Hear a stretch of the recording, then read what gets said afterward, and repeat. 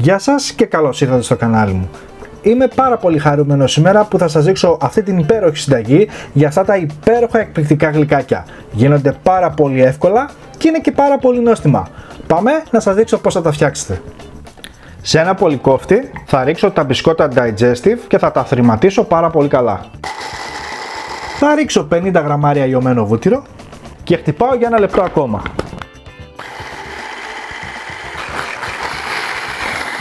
Θα χρειαστώ μια φόρμα του cupcake στην οποία έχω βάλει χαρτάκια. Σε κάθε ένα χαρτάκι θα βάλω 2 κουταλάκια του γλυκού από το μπισκότο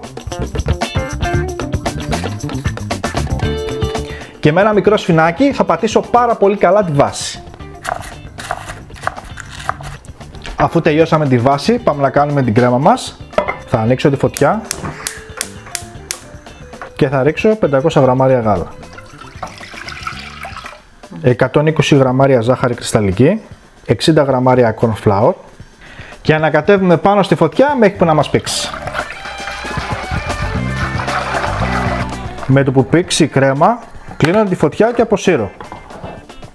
Ανακατεύω και ρίχνω 2 βανιλίνες, 50 γραμμάρια βούτυρο και 200 γραμμάρια τυρί κρέμα.